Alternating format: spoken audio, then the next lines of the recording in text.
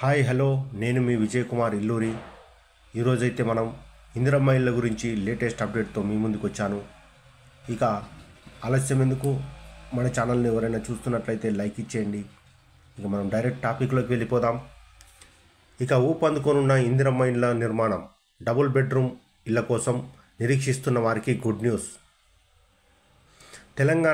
తెలంగాణ ఇళ్ల నిర్మాణానికి అధిక కేటాయింపులు 12,571 కోట్లను కేటాయించిన రాష్ట్ర ప్రభుత్వం. పేదల సొంతింటి కలను నెరవేర్చాలన్న సంకల్పంతో రాష్ట్ర ప్రభుత్వం తాజాగా బడ్జెట్లో ఇందిరమ్మ ఇళ్లకు పెద్దపీట వేసింది. ఈ పథకానికి నిధుల కేటాయింపులో ప్రాధాన్యతను ఇచ్చింది. కాంగ్రెస్ పేర్కొన్న 6 గ్యారెంటీల్లో ఒకటైన ఇందిరమ్మ ఇళ్లను ఎక్కువగా నిర్మించాలని ప్రభుత్వం భావిస్తోంది. వీటిలో కొత్త ఇళ్లను నిర్మించడమే కాకుండా గత ప్రభుత్వ హయాంలో వివిధ దశల్లో నిలిచిపోయిన 2 పడకల గదులను కూడా పూర్తి చేయాలని ప్రభుత్వం నిర్ణయించింది. ఆ మేరకు రాష్ట్ర పద్దుల్లో 12,571 కోట్ల కేటాయించింది.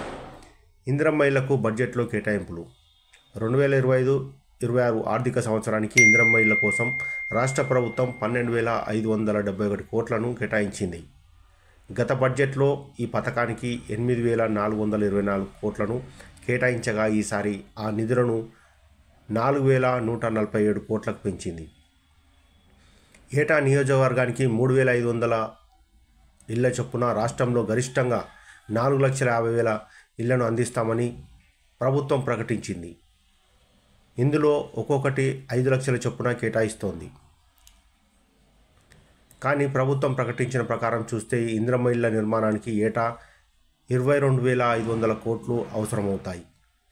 ఇందులో ప్రజాపాలనలో వచ్చిన దరఖాస్తుల ఆధారంగా రాష్ట్ర ప్రభుత్వం ఇళ్లను కేటాయించనుంది.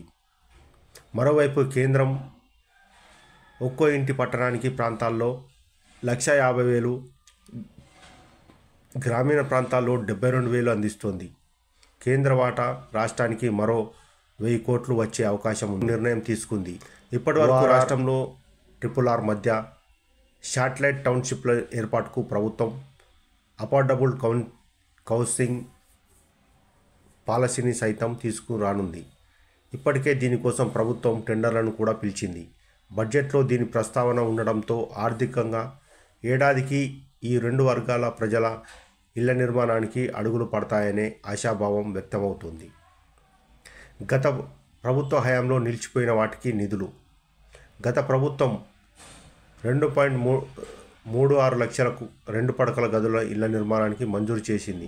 వాటిలో 1.58 లక్షల ఇళ్ల నిర్మాణాలు పూర్తి కాగా మరో 34,545 ఇళ్లు వివిధ దశల్లో ఆగిపోయాయి.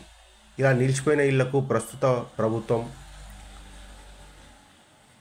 ఆర్థిక సంవత్సరంలో డబుల్ బెడ్రూమ్ ఇళ్లకు సంబంధించిన చాలా కాలనీల్లో మౌలిక సదుపాయాలను కల్పించనున్నారు. ఇందుకోసం ప్రత్యేక నిధులు కేటాయించారు.